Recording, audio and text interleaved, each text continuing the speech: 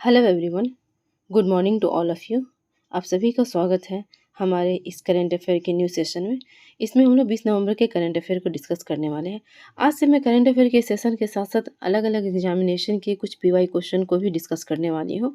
तो current affair के बाद हम लोग उसको भी डिस्कस करेंगे, ठीक है। तो आज का पहला क्वेश्चन है, पर्यावरण अनुकूल आवास को बढ़ावा देने के लिए किसके द्वारा प्रमाणन पहल नेस्ट शुरू किया गया। तो प्रमाणन पहल नेस्ट शुरू किया गया, किसके द्वारा शुरू किया गया है? तो ये किया गया है आईजीबीसी के द्वारा। किसके द्वारा? आईजीबीसी।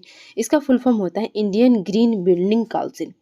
तो इंडियन ग्रीन बिल्डिंग काउंसिल के द्वारा शुरू किया गया है नेस्ट पहल। और ये क्यों किया गया है? तो पर्यावरण अनुकूल आवास बनाया जा सके तो उसके लिए इस पहल को शुरुआत की गई है। नेक्स्ट क्वेश्चन है, विश्व यूनिकॉर्न रैंकिंग अभी जारी की गई है, तो इसमें आपको बताना है शीर्ष पर कौन सा देश है।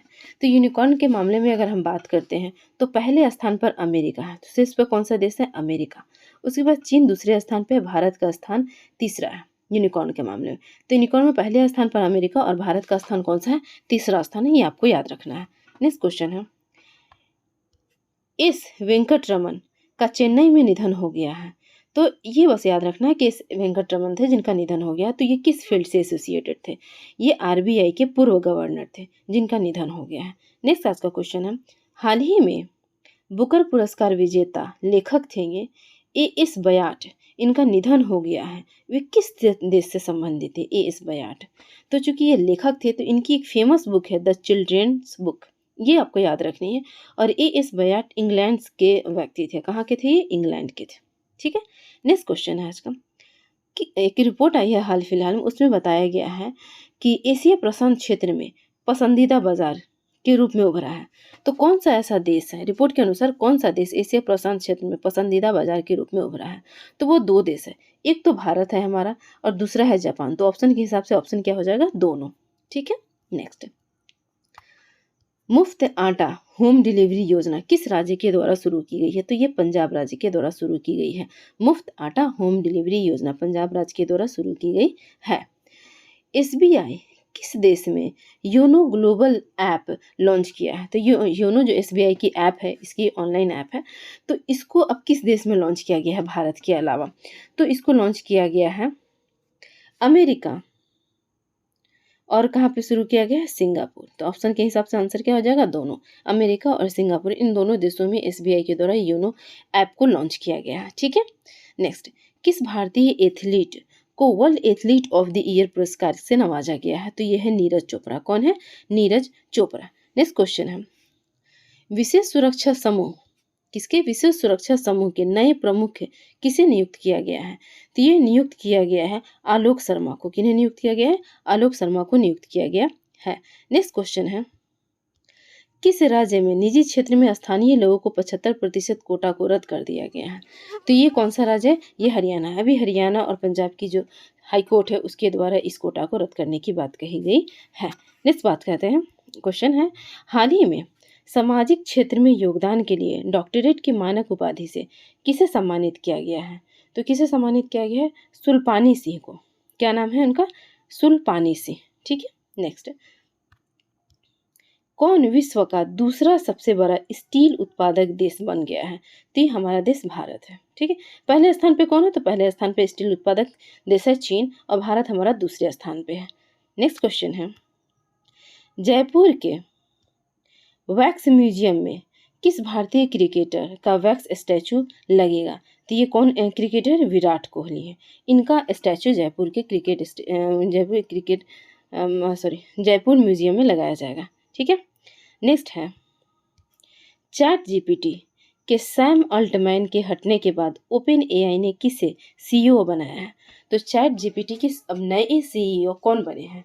इनका नाम बताना, ये है मीरा मूर्ति। कौन है? मीरा मूर्ति। आप लोगों को बताना, ये जो चैट जीपीटी है और ओपन एआई है, ये ओपन एआई की है, ठीक है।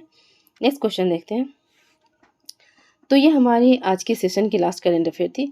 अब जो कि हम स्टार्टिंग में ही आप लोगों को बताए थे कि आज से हम लोग कुछ क्वेश्चन जो है वो जीके जीएस के पिछले कुछ एग्जामों में पूछे गए क्वेश्चन को डिस्कस करेंगे। तो आज हम डिस्कस करने वाले हैं एमपीपीसीएस एग्ज़ाम जो कि 2018 में आयोजित हुई थी।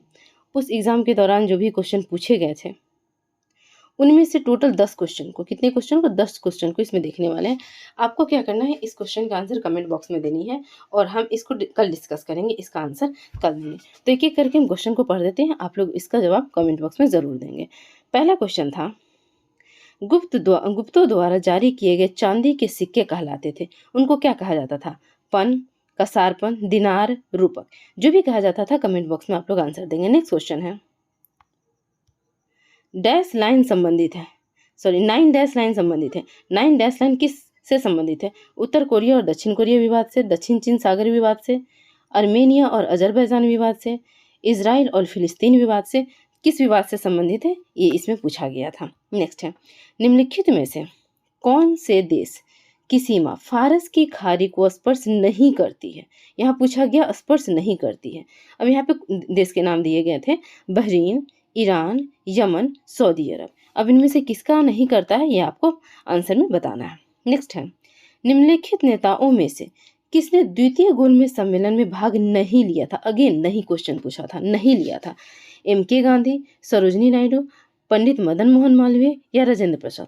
कौन सा आंसर होगा, ये करेक्ट आंसर आप लोगों को बताना है। नेक्स्ट है, हाइड्रोकार्बन जिसमें कार्बन के 2 परमाणु द्विबंधन द्वारा जुड़े होते हैं, उसको क्या कहते हैं? एल्केन, आयनिक बंधन, एल्कीन या एल्केन? एल्काइन, आयनिक बंधन, एल्कीन या एल्केन, क्या कहते हैं? ये सही आंसर आप लोगों को देना है।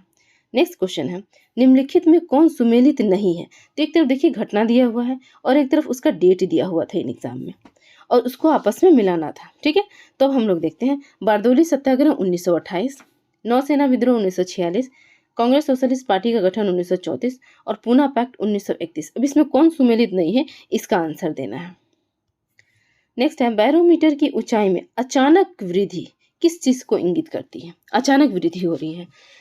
ऑप्शन है, तूफान या चक्रवात आना, अत्यंत शुष्क मौसम होना, बारिश की संभावना होना, शुष्क मौसम होना। इनमें वो किसको इंगित करती है, ये आपको बताना है। नेक्स्ट है, विश्व में सर्वप्रथम गुट निरपेक्ष नॉन अलाइनमेंट शब्द का प्रयोग किसके द्वारा किया गया था?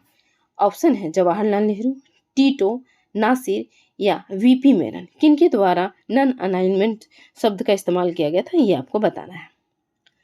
नेक्स्ट क्वेश्चन पूछा गया था, भारत के IT कानून का क्या नाम है? भारत के जो IT कानून है उसका नाम क्या है? ऑप्शन है, प्रौद्योगिकी अधिनियम 2000, डिजिटल सूचना प्रौद्योगिकी अधिनियम 2000, सूचना प्रौद्योगिकी अधिनियम 2000, प्रौद्योगिकी अधिनियम 2008। जो भी करेक्ट आंसर है आप लोग कमेंट बॉक्स में देंगे। अब इस सेशन का आखिरी सवाल है, हिरण्यवाह किस नदी को कहा जाता है? हिरण्यवाह किस नदी का नाम था? सोन, केन, बेतवा, टोन्स। जो भी इसका करेक्ट आंसर है आप लोग इसको कमेंट बॉक्स में देंगे। अब कल के सेशन में हम 3 सवाल आप लोगों से पूछे थे, उसका जवाब आप लोगों को देना था। तो उसका करेक्ट आंसर है, किस हवाई अड्डे ने सनफ्लावर पहल शुरू की है? तो ये शुरू किया गया है दिल्ली हवाई अड्डे के द्वारा। ठीक है, नेक्स्ट क्वेश्चन है, अपेक्स शिखर सम्मेलन कहाँ आयोजित होगा? अपेक्स शिखर सम्मेलन कहाँ आयोजित होगा? सैन फ्रांसिस्को, अमेरिका में। नेक्स्ट लास्ट क्वेश्चन था कल का, हाल ही में इस्लामी अरब शिखर सम्मेलन कहाँ आयोजित हुआ? तो ये रियाद में आयोजित हुआ था। ठीक है, तो thank you all of you इस सेशन को देखने के लिए। अगर आप लोगों को वीडियो पसंद आता है तो लाइक करें, सब्सक्राइब करें और चैनल को शेयर करें, वीडियो को शेयर करें, ताकि ज़्यादा से ज़्यादा लोग यहाँ पे आएँ और इसको देखें और इसका लाभ प्राप्त करें। और इसमें अगर कुछ आपको लगता है कि मुझे सुधार करनी चाहिए, कुछ नई चीज़ों को इंक्लूड करना चाहिए, तो आप लोग कमेंट बॉक्स में इसके बारे में मुझे ज़रूर अपनी सलाह, अपनी राय को दें। ठीक है, thank you all of you.